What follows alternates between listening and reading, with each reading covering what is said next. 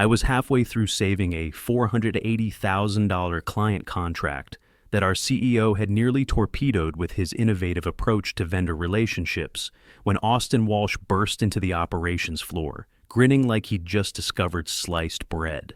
"Another crisis averted by our very own Bob," he announced, slapping my shoulder like we were old drinking buddies instead of two guys who'd never agreed on a single thing since he took over 18 months ago. Honestly, where would we be without him? I knew exactly where they'd be. Bankrupt. You'd be filing Chapter 11, Austin, and somewhere in that Stanford MBA brain of yours, you know it too.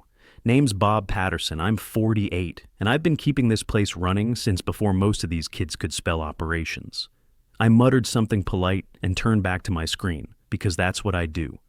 I fix things. I make broken processes work, and inexperienced executives look competent. My inbox was a graveyard of vendor disasters and supply chain nightmares that I'd quietly solved without so much as a thank you email. Like clockwork, credit would flow upward to someone who once asked me if ISO certifications were something we bought on Amazon. Nobody at Innovate Tech Solutions noticed what I actually accomplished, but somebody outside these walls was paying attention.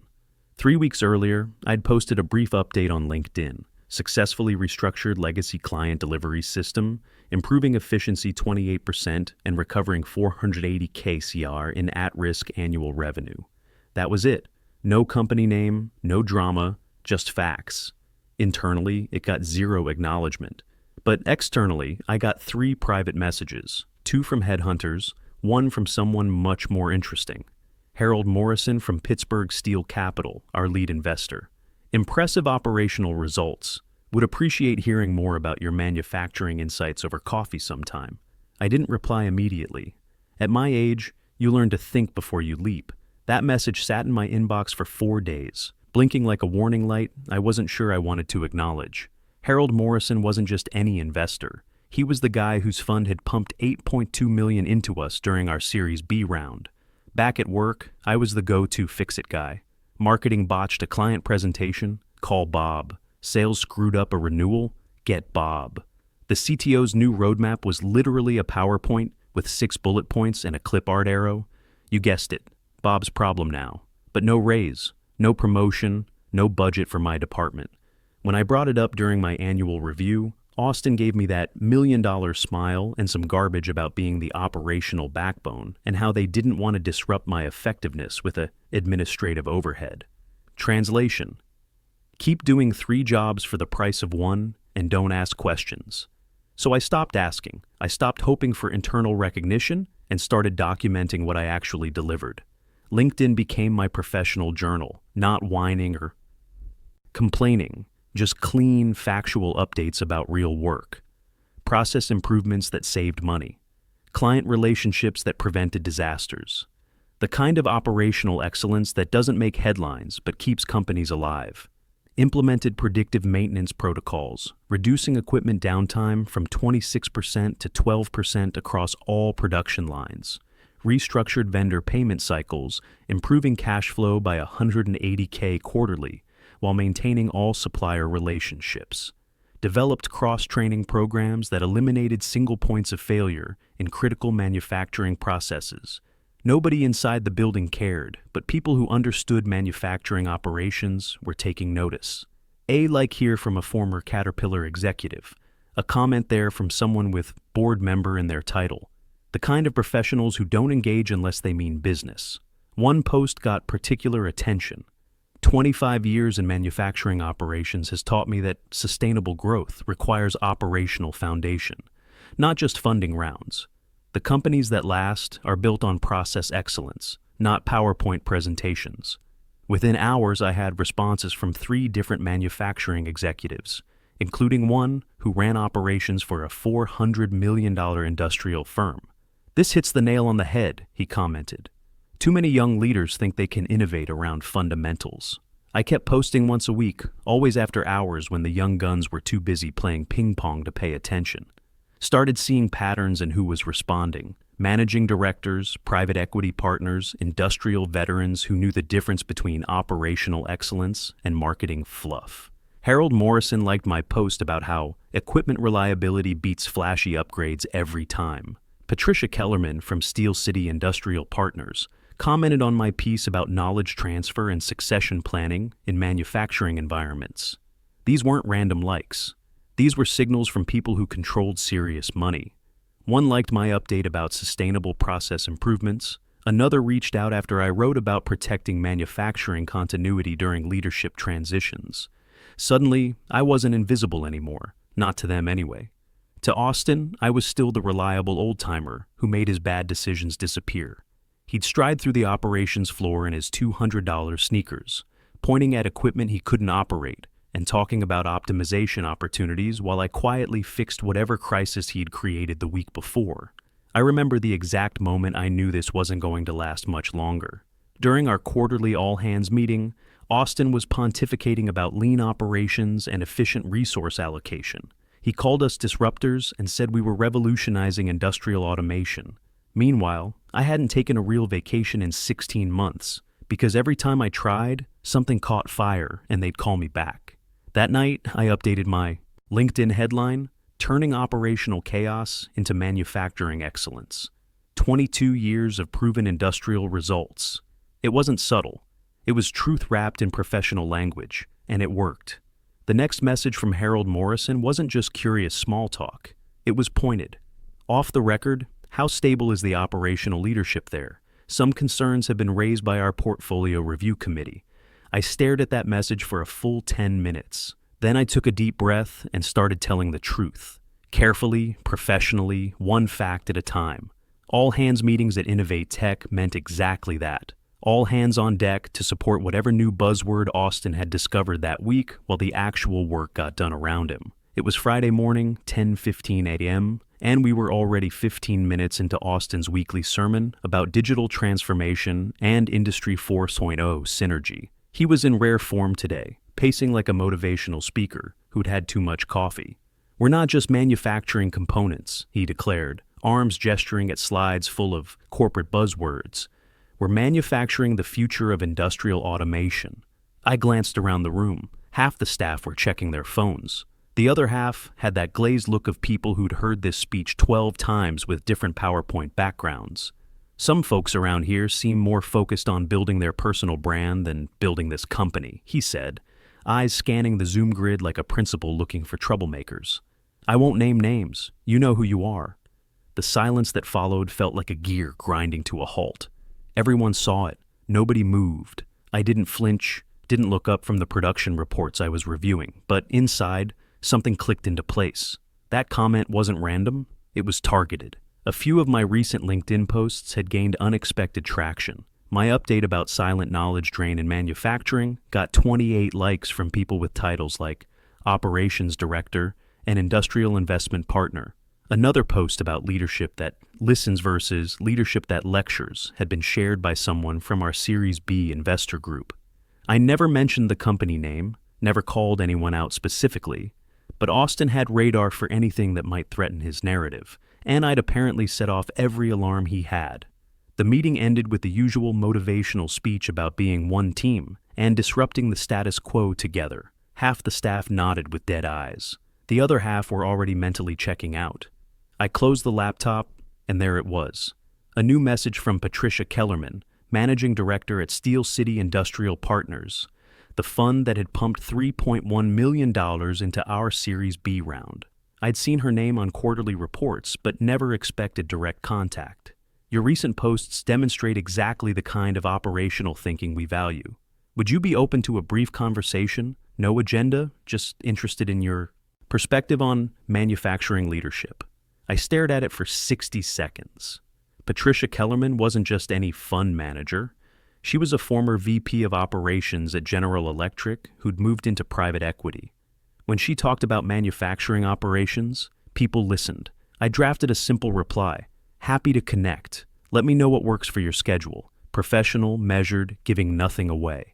Then I looked out the window at the Pittsburgh skyline and realized something had fundamentally shifted. I'd spent 22 years building this place's operational foundation, watching younger guys get promotions for my innovations, watching bonuses get reallocated while I pulled 60-hour weeks to keep everything running, watching Austin take credit for process improvements I'd designed before he even knew what an operations manual looked like. The latest example still burned. 3 months ago, I'd redesigned our entire quality control workflow, reducing defect rates from 3.2% to 1.1% and saving us $85,000 in rework costs quarterly. Austin presented it to the board as his operational excellence initiative without mentioning my name once. Now, one of the people who funded his startup was asking for my insights. Not because I was loud or political, but because they recognized competence when they saw it. My phone buzzed. A Slack message from Danny Morrison in quality control. No relation to Harold Morrison, the investor, just coincidentally the same last name. Great work on that client retention this quarter, Bob. Real team effort, damage control. Someone had probably mentioned that I looked less than enthusiastic during the meeting. They had no idea what was coming. That weekend I went dark on social media. Didn't post, didn't comment. Just let the digital waters settle while I thought through what was really happening here. Austin was clearly watching my LinkedIn activity. The investors were clearly paying attention to my professional insights. And somewhere in the middle, I was building something that didn't require anyone's permission. Monday morning, I made one small change to my profile. My headline now read, "Helping manufacturing leaders see what their operations teams already know. Subtle. Sharp. Let them figure out what that meant." The first call with Patricia Kellerman was scheduled for 7 p.m. on a Tuesday. Late enough to avoid office gossip, early enough to seem professional. I sat in my truck in the parking lot of a diner near my house, windows cracked, trying to ignore the voice in my head, saying I was about to blow up 22 years of steady employment for a 20-minute conversation with someone I'd never met. When Patricia's voice came through the phone, it wasn't the sharp corporate tone I'd expected. It was warm, direct, the voice of someone who'd spent real time in real operations before moving to the investment side. "I know this is unusual," she said, "but I've learned to pay attention when someone signals through the noise rather than adding to it." I laughed before I could stop myself. I wasn't trying to signal anything. "Then you're even better at this than I thought." What followed wasn't an interview or an interrogation. It was a conversation about manufacturing, leadership, and how companies lose their way between startup energy and sustainable growth. I didn't bash anyone or air dirty laundry. I just described the reality, how decisions got made based on who spoke loudest in meetings, how institutional knowledge was being dismissed as legacy thinking, how the team that actually made things work was slowly burning out under layers of innovation theater. "Give me a specific example," Patricia said. Last month, Austin wanted to implement a new inventory management system he'd read about in Harvard Business Review, something about just-in-time optimization for the digital age. The vendor quoted us $180,000 for setup and training, and I showed him how we could achieve the same results by tweaking our existing system, something I'd been recommending for 8 months. Total cost, $12,000 in software updates and 2 weeks of staff training. We implemented it, improved inventory turnover by 23%, and saved the company $168,000. How was that received? Austin announced it at the next board meeting as his innovative cost reduction initiative. My name wasn't mentioned. Patricia was quiet for a moment. "In your professional opinion, is the operational foundation stable enough to support the growth projections they've been presenting to investors?" I paused, choosing my words carefully. The foundation is solid because it's been built over decades by people who understand manufacturing. But foundations need maintenance and respect. When you treat experience as obsolete instead of leveraging it, you're not innovating. You're gambling with other people's money. That's exactly what we needed to hear. For the first time in months, I didn't feel crazy for valuing competence over chaos. The next day, I started accepting more coffee meetings, former colleagues who'd moved to other companies, industry contacts I'd built over 2 decades, a few more investor conversations that came through mutual connections, all framed the same way. Professional curiosity, no hidden agenda. And I gave them context. Not gossip or complaints, just high-level perspective on what it looked like when operational expertise got sidelined by startup enthusiasm. I even found myself defending Austin more than I expected.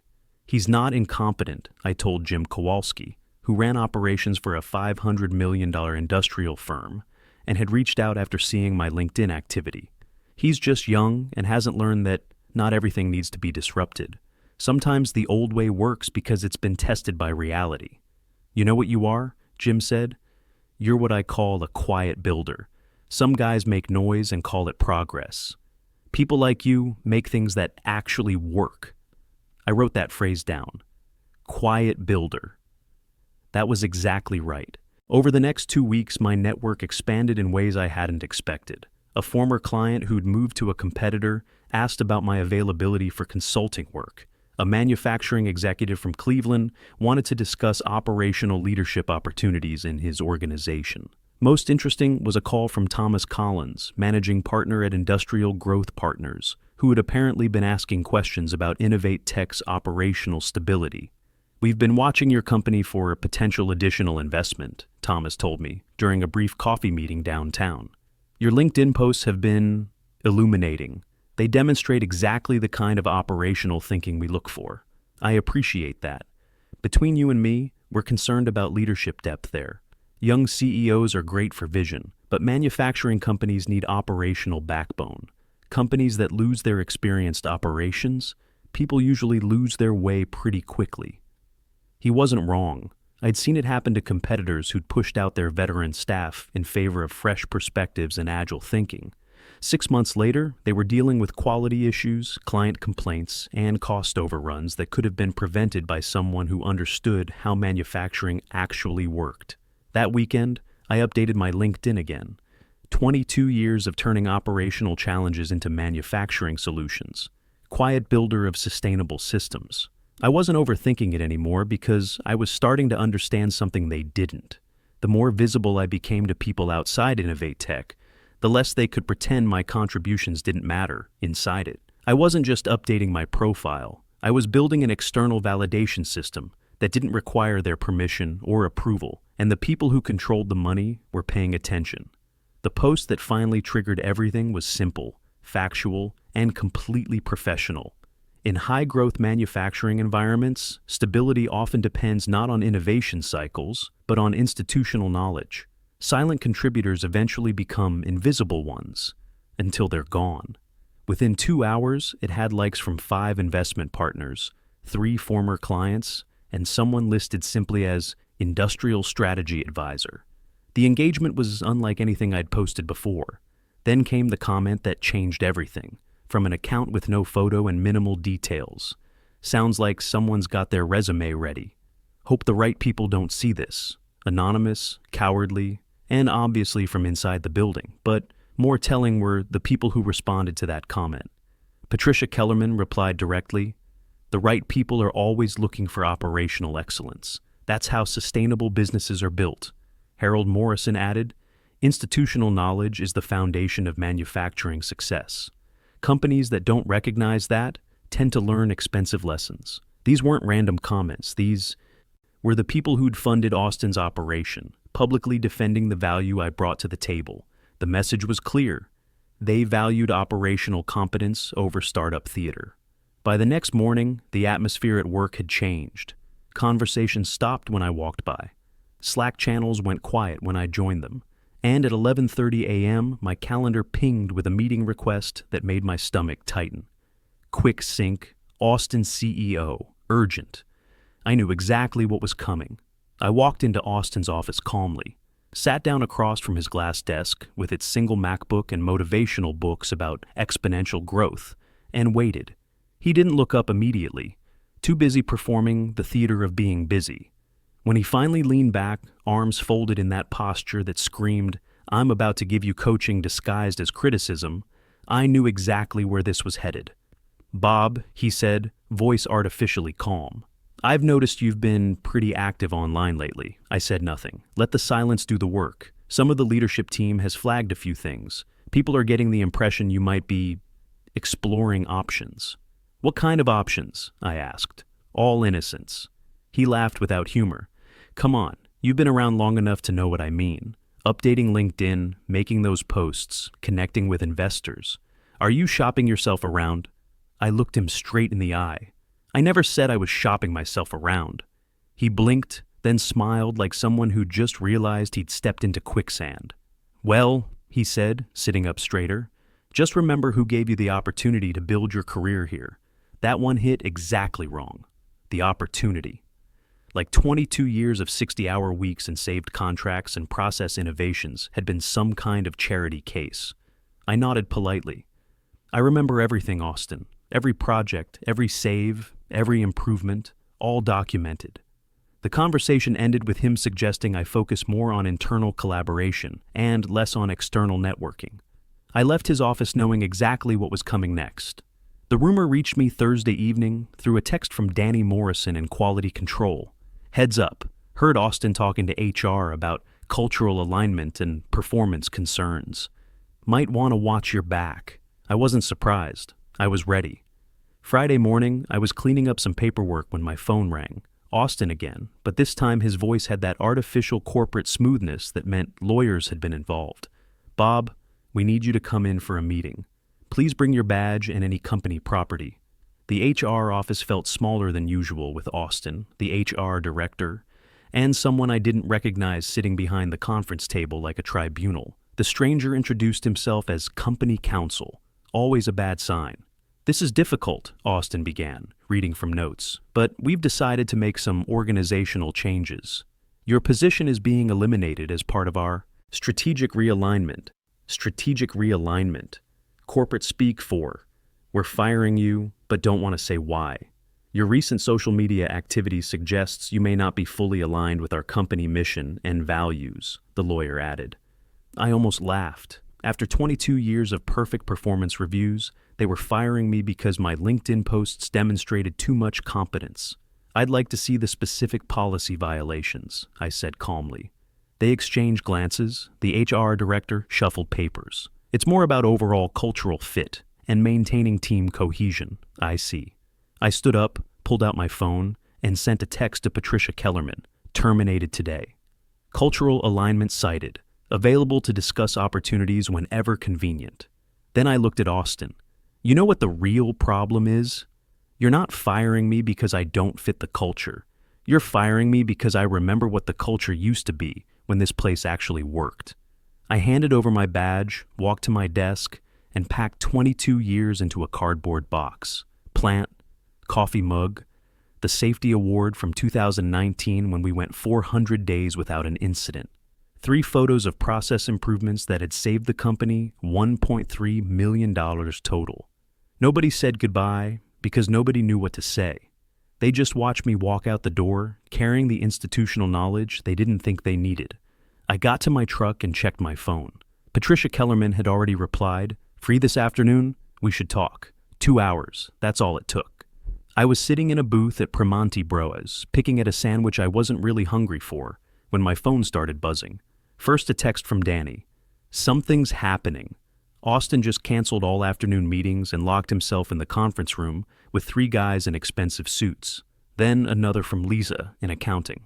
Heard from my contact at Steel City Industrial. They're asking detailed questions about operational continuity and knowledge transfer protocols. At 3:47, the hammer dropped. Danny sent me a screenshot of an email that had gone to all department heads. Due to unexpected concerns raised by our investment partners regarding operational stability and leadership succession planning, we are conducting an immediate review of all Series B funding commitments. All expenditures above $10,000 are frozen pending further notice.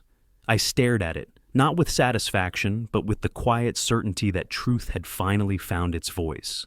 I hadn't sabotaged anything. I'd just stopped pretending that competence didn't matter. My phone rang. Patricia Kellerman's number.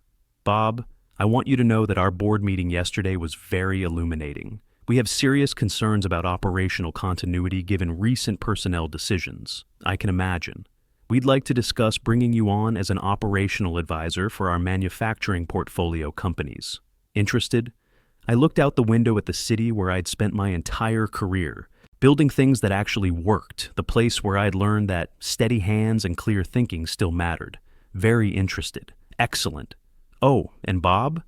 That $480,000 client contract you saved? They called us this morning asking if your departure affects their relationship with Innovate Tech. Apparently, they were under the impression that you were the primary relationship manager. 3 days later, the announcement came through industry channels. Pittsburgh Steel Capital and Steel City Industrial Partners were reassessing their investment strategy for Innovate Tech Solutions, citing concerns about operational leadership continuity and institutional knowledge retention. Austin's LinkedIn went quiet. The company's quarterly update got pushed back indefinitely. I started my new role Monday morning, helping evaluate manufacturing companies for potential investment.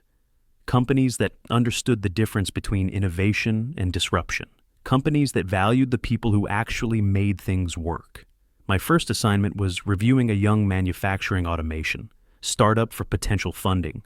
Ambitious leadership, lots of energy, big plans. I knew exactly what questions to ask.